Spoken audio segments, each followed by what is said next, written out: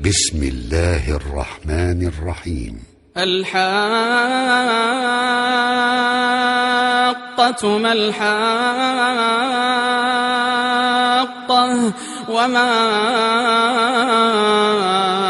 أدراك ما الحاقة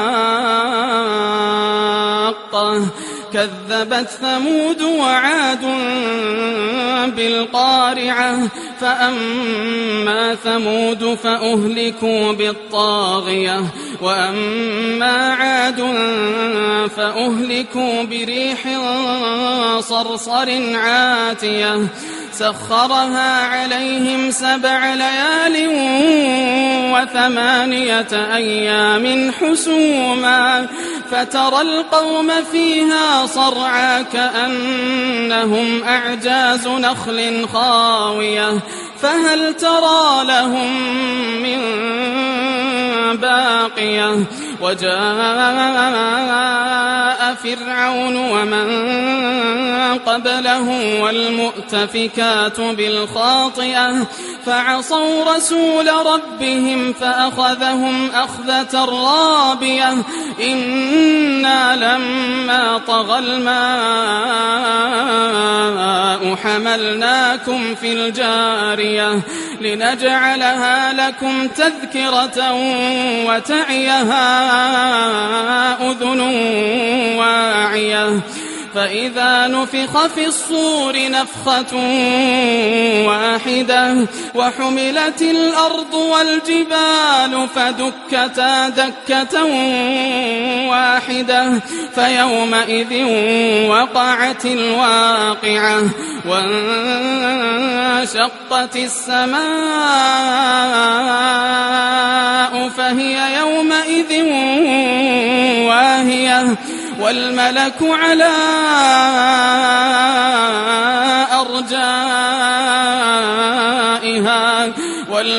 على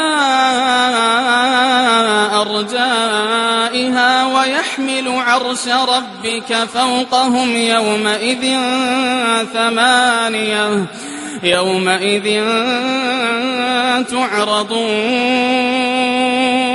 يومئذ تعرضون لا تخفى منكم خافية فأما من أوتي كتابه بيمينه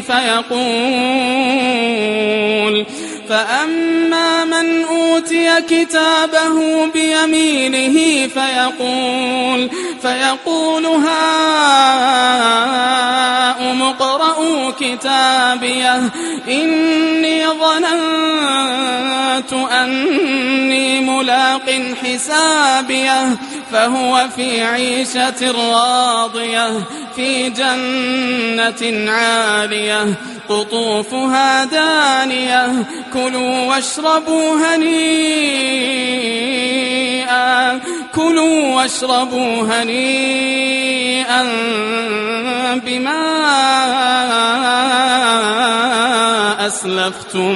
بما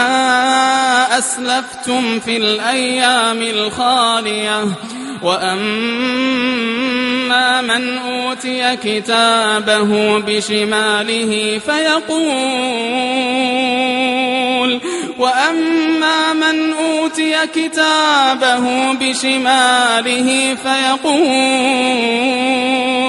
فيقول يا ليتني لم أوت كتابيه ولم أدر ما حسابيه يا ليتها كانت القاضية ما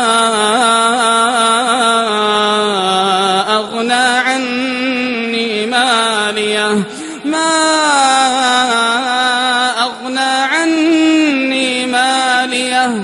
هلك عني سلطانيه خذوه فغلوه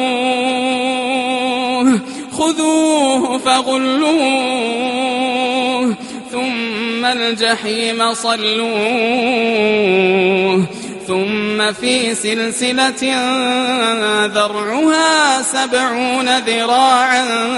فاسلكوه إنه كان لا يؤمن بالله العظيم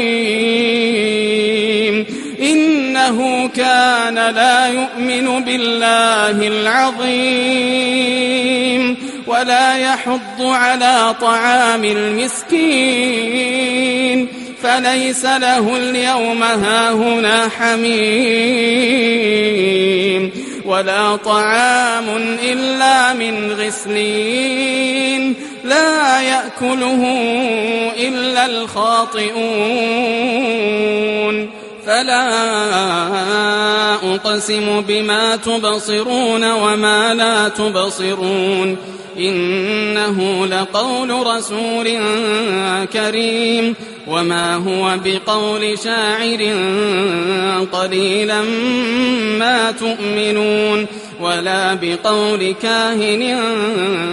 قليلا ما تذكرون تنزيل من رب العالمين ولو تقول علينا بعض الأقاويل لأخذنا منه باليمين ثم لقطعنا منه الوتين فما منكم من أحد عنه حاجزين وإنه لتذكرة للمتقين وإنا لنعلم أن منكم مكذبين وإنه لحسرة على الكافرين وإنه لحق اليقين